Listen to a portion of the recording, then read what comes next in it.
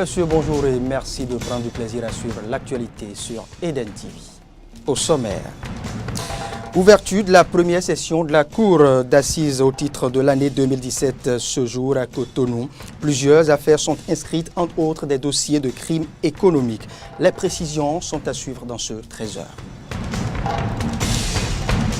Et puis mieux appréhender la problématique de l'emploi des jeunes au Bénin, c'est l'objectif que s'est fixé cette équipe de la rédaction de Eden TV qui a investi un arrondissement de la commune d'Abomey-Calavi, autrement dit Glodjigbe. Vous y découvrirez différentes activités génératrices de revenus. Et puis le Bénin a célébré ce samedi ses meilleurs sportifs et ceci au cours de la première édition du Gala des champions tenu à Cotonou. Plusieurs dizaines de talents ont été honorés. Voilà pour le sommet.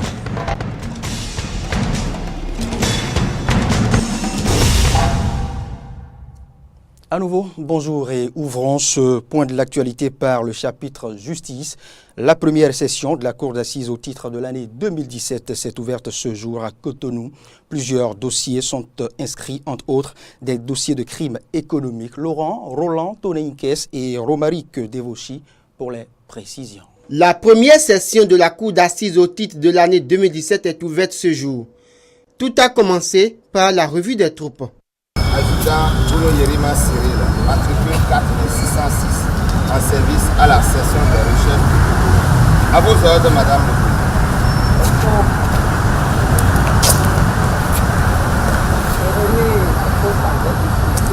Ensuite suivra le discours inaugural de Séverine Bakpé, présidente de la Cour d'appel de Cotonou.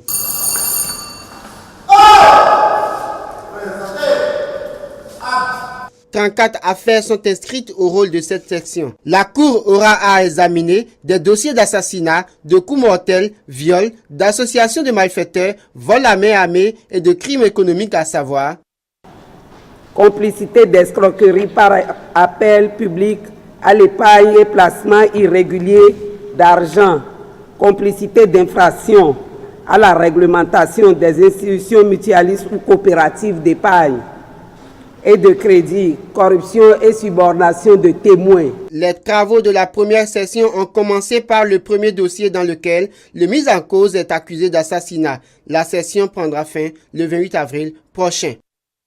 Le garde des Sceaux, ministre de la Justice Joseph Djogbenou, était face au greffier, au procureur de la République et aux membres de son cabinet pour des clarifications concernant les modifications apportées au projet de loi portant révision de la Constitution. Suivez ici le reportage. Les députés ont rejeté vendredi dernier l'étude en procédure d'urgence du projet de loi portant révision de la Constitution.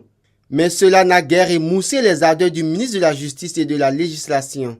Joseph Djogbenou était face au procureur, greffier et les membres de son cabinet pour une séance d'échange autour du projet de loi transmis à l'Assemblée nationale.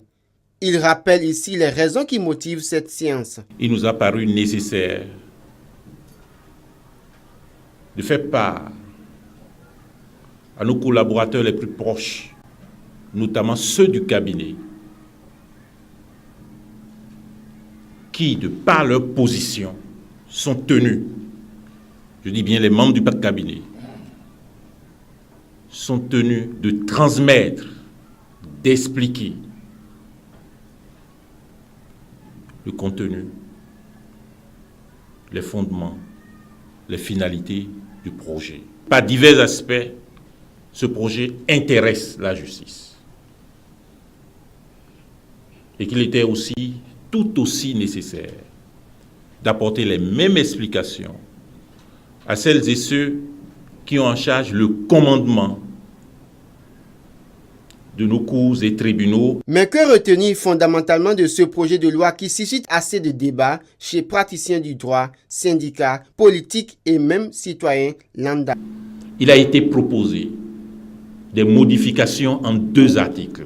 Le premier énumère les dispositions qui sont modifiées ou les dispositions qui sont créées. Dans ce premier article, vous aurez noté qu'il y a 43 dispositions modifiées. En 2008, la commission Maurice Arran-Zoglele, dont vous connaissez les membres, ont proposé un test de révision de la Constitution. Vous savez aussi qu'en 2012, la commission Joseph Violonfon a proposé un texte de révision de la Constitution. En 2008, plus de 90 articles sont proposés pour être modifiés. En 2012, dans la même proportion. En 2017, 43. Et vous avez aussi le deuxième article, le second article, je vais dire, l'article 2, qui indique la portée de la révision, qui dit strictement que le projet, que la loi constitutionnelle, si elle était adoptée, ne constituera pas une nouvelle république. Ne constituera pas une nouvelle république. Après ces propos liminaires, Joseph Dioguenou, 3 heures durant, a exposé à ses collaborateurs, article par article, les fondements de ce projet de loi et les opinions du gouvernement. Restons toujours dans le chapitre qu'il convient désormais d'appeler le chapitre révision de la Constitution. Le projet de loi portant révision de la Constitution, transmis au Parlement béninois, fait le chou gras des différents médias au chapitre, bien évidemment, des articles à polémique. Eh bien, le mandat unique. La question déclenche la lecture, la verve des constitutionnalistes et bien évidemment nourrit des analyses et commentaires des politologues. Reportage. Mandat unique ou pas mandat unique, la question du nombre de mandats présidentiels divise bon nombre de Béninois. Mais pour le gouvernement, auteur du projet de révision de la Constitution du 11 décembre 1990, le mandat unique est plus qu'une nécessité. Car le mandat renouvelable selon l'exécutif empêcherait un président de mieux gouverner puisque dispersé dans le temps ou lié dans des négociations. Une position qui n'est pas dénudée de bon sens selon certains constitutionnalistes et politologues. Cela viserait dans une certaine mesure l'efficacité de l'action gouvernementale. Ça va permettre au président de la République d'exercer pleinement la plénitude de ses fonctions sans être gêné par des considérations politiques. C'est vrai que le mandat unique accélère aussi le renouvellement des élites au sommet de l'État. Au lieu d'attendre 10 ans, désormais tous les 6 ans, vous avez un renouvellement des élites au sommet de l'État. Cependant, le remplacement du mandat de 5 ans renouvelable une fois par un mandat unique de 6 ans pose un certain nombre de problèmes. Il faut comprendre l'esprit qui est derrière le mandat de 5 ans renouvelable une fois. C'est que en démocratie, l'élection n'est pas la finalité. C'est aussi la capacité pour le peuple de juger celui qui est élu. Et le renouvellement du mandat lui permet de revenir devant le peuple pour que le peuple donne son appréciation de sa gestion. Maintenant, quand cela va devenir un mandat unique de 6 ans, c'est que le peuple n'aura plus la possibilité de juger le chef qui a gouverné pendant 6 ans. C'est peut-être la justice.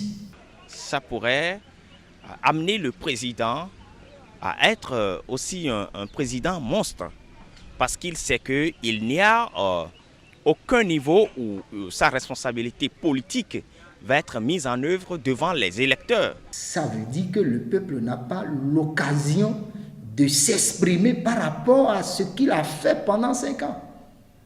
Vous voyez? Donc, ce qui limite la souveraineté du peuple. D'ailleurs, sur la question du mandat présidentiel, la Cour constitutionnelle est on ne peut plus claire. La Cour a rendu une décision en 2011 pour rendre le mandat de 5 ans renouvelable une fois, pour transformer ce mandat en principe supraconstitutionnel. C'est-à-dire que le mandat de 5 ans renouvelable une fois ne peut pas être révisé, sauf si il y a revirement jurisprudentiel au niveau de la Cour constitutionnelle. Cette question de mandat unique n'a certainement pas fini de nourrir les débats au sein du peuple, pas plus qu'à l'Assemblée nationale où le projet de révision de la Constitution doit être étudié. Autre point sensible contenu dans ce projet de loi portant révision de la Constitution, eh bien la proposition de la nouvelle configuration de la haute autorité de l'audiovisuel et de la communication. Sur cette question, Franck Poutiemin, président de l'Union des professionnels des médias, émet quelques réserves. Suivez-le, il est au micro de Horacio Adjodi. Lorsque nous avons pris contact avec le document, le projet de révision, pour ce qui concerne la haute autorité de la communication, je crois que c'est une déception.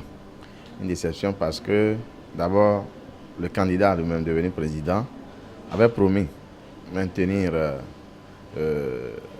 la composition, mais en l'améliorant, c'est-à-dire en y envoyant beaucoup plus de professionnels des médias, soit 6 ou les 9, sur les 9. Et lorsque nous avons rencontré la commission Djogbenou, quand nous étions d'avis sur ça, les associations professionnelles des médias ont voulu comprendre, ont proposé que cette proposition du candidat devenu président soit concrétisée. Mais nous avons même apporté une amélioration, à savoir qu'il faut que le président soit élu parmi les conseillers professionnels des médias. Mais à l'arrivée, au lieu de 9, nous constatons qu'on parle désormais de 5. Et en plus de ça, on dit que le président sera désigné par ses pairs. Qui sont les pairs? Qui sont les pairs là qui vont désigner le président de la RAC? Je crois que nous ne sommes pas du tout d'accord avec cette proposition et nous attendons que les débats puissent être lancés réellement. Déjà au niveau du Parlement, je crois que les députés nous comprendront. C'est comme on dit par exemple, la Cour constitutionnelle passe de 7 à 9 sans qu'on ne nous dise les raisons qui ont sous-tendu cette nouvelle composition. Donc de la même façon, il faut que les gens soient convaincus d'abord avant de voter. S'ils ne sont pas convaincus, ils vont maintenir le statu quo, on l'espère. En tout cas, la Cour constitutionnelle sera là également pour veiller au greffe. Ouvrons maintenant tout autre chapitre, c'est bien société. La question de l'emploi des jeunes devient de plus en plus préoccupante au Bénin. À Glodigbé, un arrondissement de la commune d'Abomey-Calavi, une contrée située à environ une quarantaine de kilomètres de Cotonou. Eh bien, des jeunes nantis de diplôme n'échappent pas à cette réalité du manque d'emploi. Pour s'en sortir, ils se remettent aux petites activités génératrices de revenus. C'est du moins ce que précisent ici Ibrahim Orunam et Denis Marouya. Nous souffrons trop. Nos jeunes souffrent trop à Glodigbé. Il y a beaucoup de notre jeunes qui ont des diplômes en main et qui n'ont pas de job à faire. Voilà une réalité qui semble a priori spécifique à une localité, mais qui pose de façon générale la problématique de l'emploi au Bénin. Une situation que vivent les jeunes de Glodigbé, un des 9 arrondissements de la commune d'Abomey-Calavi. Les jeunes n'ont pas en tant que telle d'activité comme ça parce que la grande masse des jeunes ne sont que des chômeurs. L'État ne peut pas embaucher tout le monde, mais il peut créer des activités et recruter. On ne dit pas nécessairement à l'État de recruter tout le monde. Contrairement à certains jeunes qui préfèrent la facilité, ceux de Glodigbé savent comment pallier le problème. Et ils n'ont pas croisé les bras, ils sont en train de se débrouiller. D'autres sont retournés à la terre, ils font des champs d'ananas, d'autres champs de manioc, et d'autres l'élevage, et d'autres qui font zem, et d'autres sont agents de liaison, et les centrèves et autres là, pour pouvoir, un temps soit peu, subvenir à leurs besoins. Toutefois, il lance cet appel aux dirigeants de notre pays. Je vais dire par la voix de l'Eden TV que les autorités de notre commune d'Abomey-Calavi n'ont qu'à venir au secours des jeunes de Glodigbé. Nous lançons l'appel au gouvernement de M. Patrice Talon de nous aider et que les activités de l'aéroport vont démarrer.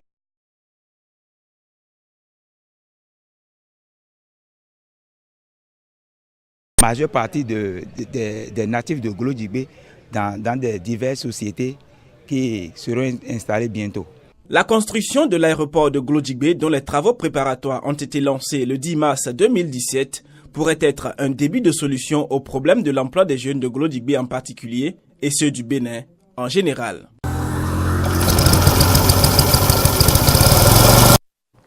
Eh bien, merci à Ibrahim Orounam. Parlons maintenant sport. Je vous l'annonçais au sommaire. Ici, les sportifs béninois, toutes disciplines confondues, au pinacle de la gloire et susciter le talent et la gagne des générations à venir. Tel se résume l'objectif des initiateurs de la première édition du Gala des champions organisé ce samedi. Cette première édition a connu la présence d'une kyrielle de sportifs locaux, mais aussi et surtout du sportif africain, le footballeur, j'allais dire africain, le plus capé du moment, Samuel Eto'o-Fils. Fréjus Saulan et Damien Pedro nous le font revivre. L'événement est inédit, le Gala des champions. Dans le cadre de son programme d'action gouvernementale, l'État béninois a récompensé ce samedi 25 mars 2017 les meilleurs sportifs béninois qui se sont illustrés avec excellence dans différentes compétitions internationales. Et pour donner un cachet spécial à cette soirée, c'est l'international camerounais Samuel Eto'o-Fils qui a été l'invité d'honneur du ministre des Sports Oswald Omeki. En présence des acteurs du monde sportif, membres du gouvernement et députés, 15 fédérations sportives dont la pétanque, le wushu, le taekwondo, la lutte ont reçu des trophées et des chèques de 3 500 000 francs CFA, 300 000, 200 000 selon les médailles gagnées, or, argent, bronze. 4 sportifs ont aussi reçu des bourses de formation de 5 millions chacun.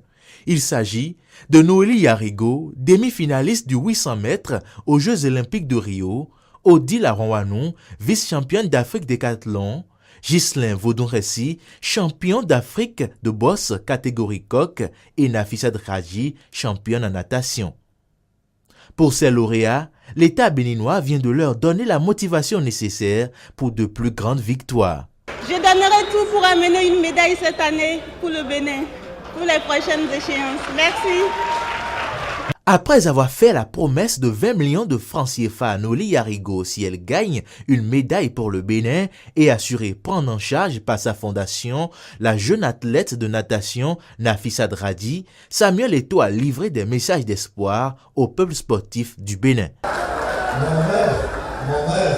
Mon rêve serait d'assister à une finale de la CAN Bénin-Cameroun. Monsieur le ministre, sachez que je serai toujours là pour vous et mon carnet d'adresse est là pour vous. N'acceptez plus que 2-3 personnes puissent vous priver de ce qu'il y a de plus beau. Ceux qui sont égoïstes et ne veulent pas penser à vos enfants, à vos femmes, à vos petites sœurs, alors il faut les bannir. Parce que l'Afrique doit avancer. Et ça, c'est votre mission. Je vous remercie. Le ministre des Sports, Oswald Omeki, quant à lui, a tenu à remercier l'international camerounais Samuel Eto'o-Fils pour son soutien au peuple béninois. On peut payer des stars qui viennent et qui font des guest appearances, qui sont invités d'honneur, qui demandent à voyager en business class, qui demandent des millions d'euros pour venir apparaître pendant 10 minutes. Samuel est venu pour 0 francs en Bénin.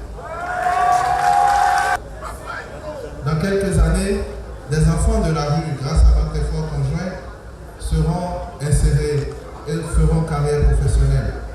Au nom de tous ceux qui, à partir d'aujourd'hui, vont recommencer à rêver, vont recommencer à croire qu'avec du talent, on peut devenir grand, je veux dire Samuel au nom de tous ces jeunes. Merci infiniment. Cette première édition du Gala des champions a aussi été meublée par divers tableaux artistiques, musique,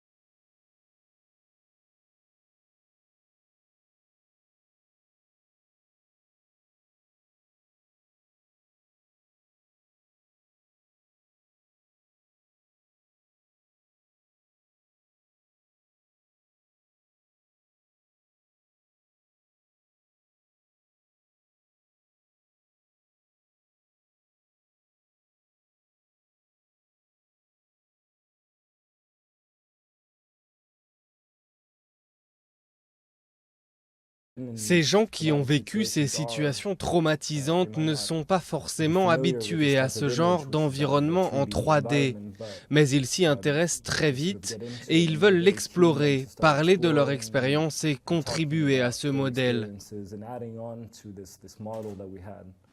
Les équipes de Forensic Architecture et d'Amnesty International ont rencontré d'anciens détenus à Istanbul. Ils les ont interrogés sur l'orientation des ombres, mais aussi sur les sons entendus pour comprendre la structure du bâtiment. Plongés dans la pénombre, leurs facultés auditives étaient décuplées. Saïd Naya est une prison silencieuse. Il y règne un silence grave. Les prisonniers ne peuvent pas parler librement à voix haute. Ceux qui haussent le ton sont susceptibles d'être punis ou battus. Ce cabinet s'est fait connaître lors de la publication d'un outil interactif décrivant une intense journée de bombardement à Rafah en 2014. Pour le directeur, dans un monde où les conflits deviennent de plus en plus urbains, le prisme de l'architecture devient essentiel. Les preuves sont inscrites sur les bâtiments. Vous pouvez lire sur les murs d'un bâtiment détruit pour comprendre comment cette destruction s'est produite. D'un autre côté, de plus en plus de citoyens filment ce qui se passe autour d'eux. Et pour comprendre et dresser un tableau à partir de toutes ces sources, vous avez besoin de modèles architecturaux pour placer toutes ces vidéos dans l'espace, afin de reconstituer le récit des événements.